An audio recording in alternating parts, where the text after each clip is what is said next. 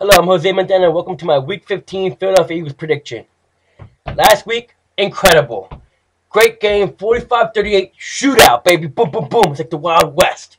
But the Giants and Eagles were playing, and that game in Giants Stadium was incredible.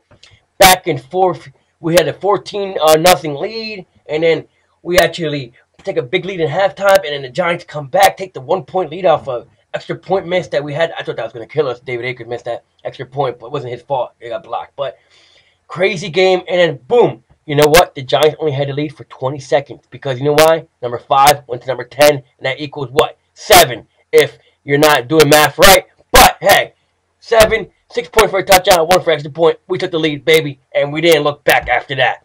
Great game all around. Everybody good, but one didn't do well. You know what that was? The defense. The defense has been struggling big time. I don't know what's wrong with the defense. It just hasn't been doing a job. So, there's a couple of things we talk about this week.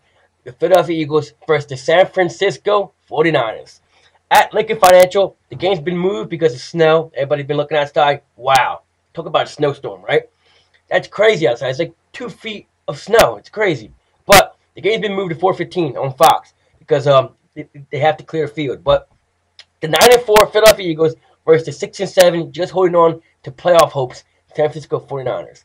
And big things coming up. The Eagles clinch a playoff berth with a win against the 49ers this week. If the Eagles win, we clinch a playoff because Cowboys beat the Saints yesterday. So, big things. Injury report. Kevin Curtis is playing. He's dressing up.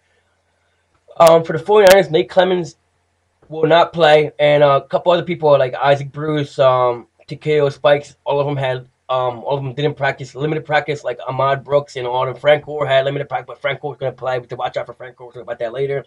And Jeremy Macklin's out. Got a foot injury. He'll be out probably next week. He'll be back before the playoffs. Brad Selleck had limited practice. Brian Westbrook will be back next week too. Number 36, baby. And a couple people on defense, like Trent Cole, just had a couple, but they still full practice. This is like a big week now because we have to look at a couple of things this week because the 49ers are going to be playing for their life, because this is like do or die for them. So, lifetime, we're 10-17-1, including the playoffs versus the 49ers. Our last meeting was October 12th, 2008, when we won 40-26. Everybody remembers that game. The team that entered the season with a power running base offense attack that opened up things was the 49ers because Alex Smith has just took over because at first they had the other quarterback in there and he wasn't really doing too well at all. You know what I mean? Sean White, I think his name was. No, Sean White, something like that. I forget his name though, but he sucked. You know what I mean? Alex Smith is actually, there was the #1 draft pick 4 years ago. He's the future of 49ers. Frank Gore is a beast, and everybody remembers the defense. Remember his name on defense for the 49ers, Patrick Willis. He is a beast. We have to contain him, contain Frank Gore, and we'll win the game. But what to watch in this matchup? 5 reasons. Protecting the rock. Protect the ball, Eagles. It's going to be a cold game, snowy. The ball can slip out. The 49ers pass rush. We have to watch out for the pass rush. That's a big thing. Gore and stuff. When I mean Gore and stuff, I mean watch out for Frank Gore running the ball and catching the ball. He can break. He's a game breaker. We have to watch out for him. Number 4, tight end challenge. Vernon Davis is having a great year this year. Vernon Davis is actually filling in the shoes that he's supposed to fill in. He's going to be a great tight end, probably one of the best when he's done his career. But right now, we have to continue for this game. Hopefully not be the best in this game. And the Vic factor. Vic has scored 3 touchdowns in the past 2 weeks, Atlanta Falcons and the Giants. He scored a rushing touchdown. He scored a passing and rushing touchdown against the Falcons. So he's got 3 touchdowns in the past 2 weeks. Great game. Leonard Weaver's having a good couple weeks too. Leonard Weaver is just our natural fullback. I'm so happy we have him. Stat-wise, McNabb's got 2,700 yards now, 18 touchdowns and 7 interceptions. His QB rating is 95.9. Brent Selleck's got 61 receptions, 681 yards. He's averaging 11.2 yards per catch. He's got 7 TDs.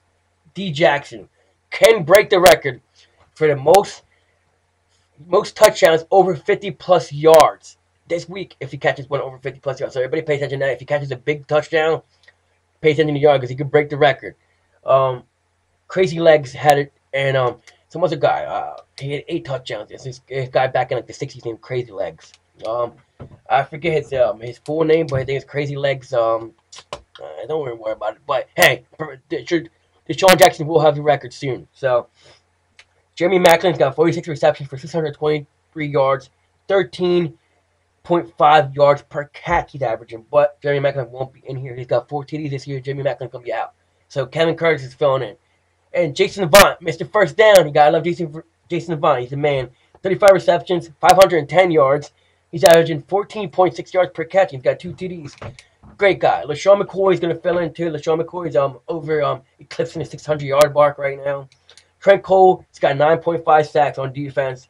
You know, Asante Samuel and Sheldon Brown have 5 receptions and 7 interceptions. Asante's got 7. Sheldon Brown's got 5. But Sheldon Brown scored a touchdown in the last 2 weeks. He caught the pick 6 against Atlanta Falcons, took it back 80 yards, and then the fumble recovery. Remember that last week that he took it to the house. So he's been scoring touchdowns too. The defense has been scoring, but the defense played bad last week, I think. But David Ecker's been doing well too. He needs to stay consistent like he has been. But you know that Asante Samuel and Sheldon Brown are the first 2 cornerbacks to have 5+ interceptions for the Eagles since 1991, and it was Eric Allen and Wes Hopkins that were the other 2 cornerbacks that had it since 1991. It's been 18 years since 2 cornerbacks on the Eagles have had 5+ interceptions. Great stat. But another thing we have to do, the scouting report. The Eagles have the advantage in quarterback. We all know that because McNabb is way better than Alex Smith. Running back, the advantage goes to the 49ers. Frank Gore is incredible. Receiving goes to the Eagles because the Eagles have a way better receiving core. The only 2 people they have on the 49ers is Vernon Davis and Michael Crabtree. And Michael Crabtree is a rookie. Offensive line goes to the Eagles. That's our offense is ranked 11th. We're averaging 360 yards per game, and the Niners defense is averaging 288.6 yards per game. They're 27th in the league, so we should be able to exploit them. Defense-wise, we're number 10. We are letting up only 320 yards per game. That's number 10. It's pretty good. Our defensive line is the advantage goes to the Eagles. Linebacking core, Patrick Willis. Remember I told you we have to watch out for him. He's incredible. Patrick Willis and Tequila Spikes anchored a solid unit that has held opponents to 25 rushing yards per game. They haven't let up 100 yards in a while. Secondary goes to the Eagles, and special team goes to the Eagles. The 49ers aren't that good. You know, the 49ers they just have a lot of heart. You know what I mean? And people just notice the 49ers having a lot of heart. That's it. And I think the Eagles could pull out this game. Really, my prediction is 27-13. And just a lot of things that we have to watch out for. You know, just this game has to come down to just turnovers and just taking care of business. You know, defensively the 49ers have been, but don't break up groups. So we have to break them. And people think like the biggest matchup, this is what people have been talking about, is Deshaun Jackson this week. Deshaun Jackson will exploit their team. He's got he had 2 long TDs versus the Giants, so we definitely got to watch that. I think it's going to be 27-13 Philadelphia Eagles. It's going to be a great game. Hey, you know, the Eagles are the train and the 49ers are the bus, and we're going to split that bus in half. You know what I mean? So it's going to be a great game. Hey, enjoy the snow. Make some snowman. You know, it's going to be a great Christmas, everybody. Have a Merry Christmas. I'll see you before New Year, so I wish you New Year then. But everybody, ho, ho, ho. Merry Christmas. Santa Claus is coming to town, baby. The snow is here. It's going to be a white Christmas. And it's going to be a green Christmas for us, too, because the Philadelphia Eagles are going to have 10 wins. We're going to be 10-4. We're going to clinch a playoff spot, baby. Everybody, believe in green. Merry Christmas. E-A-G-L-E-S, Eagles! Woo! Merry Christmas. Love you.